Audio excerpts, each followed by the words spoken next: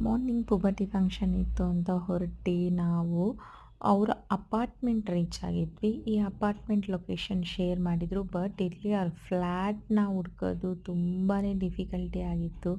Even watchman ಕೂಡ ನಮಗೆ confusion ಮಾಡಿಬಿಟ್ರು. ಫೈನಲಿ ರೀಚ್ ಆಗಿ ನಾವು ಕ್ಲೈಂಟ್ ಬಿಫೋರ್ ಪಿಕ್ ತೊಗೊಂಡು ಅವರ ಮೇಕೋವರ್ ಕಂಪ್ಲೀಟ್ ಆದಮೇಲೆ ಆಫ್ಟರ್ ಪಿಕ್‌ನ ತೊಗೊಂಡ್ವಿ. ಇದು ಆಫ್ಟರ್ ವಿಡಿಯೋ ಆಗಿದೆ. ತುಂಬ ಸೆಟಲ್ ಆಗಿರೋ ಮೇಕೋವರ್ ಬೇಕು ಅಂತ ಕೇಳಿದರು. ಇದು ಇವರ ಪುಬರ್ಟಿ ಫಂಕ್ಷನ್ ಮೇಕೋವರ್ ಆಗಿತ್ತು. ತುಂಬ ಹೆವಿ ಬೇಡ ಅಂತ ಅವ್ರ ಅಮ್ಮ, ಅವ್ರ ರಿಲೇಟಿವ್ಸ್ ಎಲ್ಲ ತುಂಬ ಕನ್ಸರ್ನ್ ಆಗಿದ್ದರು.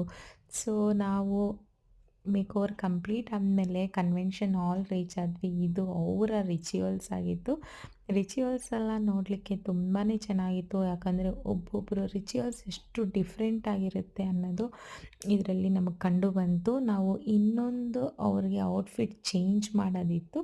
ಅದಕ್ಕೋಸ್ಕರ ನಾವು ಕನ್ವೆನ್ಷನ್ ಹಾಲ್ಗೆ ಹೋಗಿ ಅವ್ರ ಔಟ್ಫಿಟ್‌ನ ಚೇಂಜ್ ಮಾಡಿಕೊಡ್ಲಿಕ್ಕಾಗಿ ವೆಯ್ಟ್ ಮಾಡಿ ಅವ್ರ ಔಟ್ಫಿಟ್ ಚೇಂಜ್ ಮಾಡಿಕೊಟ್ಟು ನಾವು ಮೇಕೋ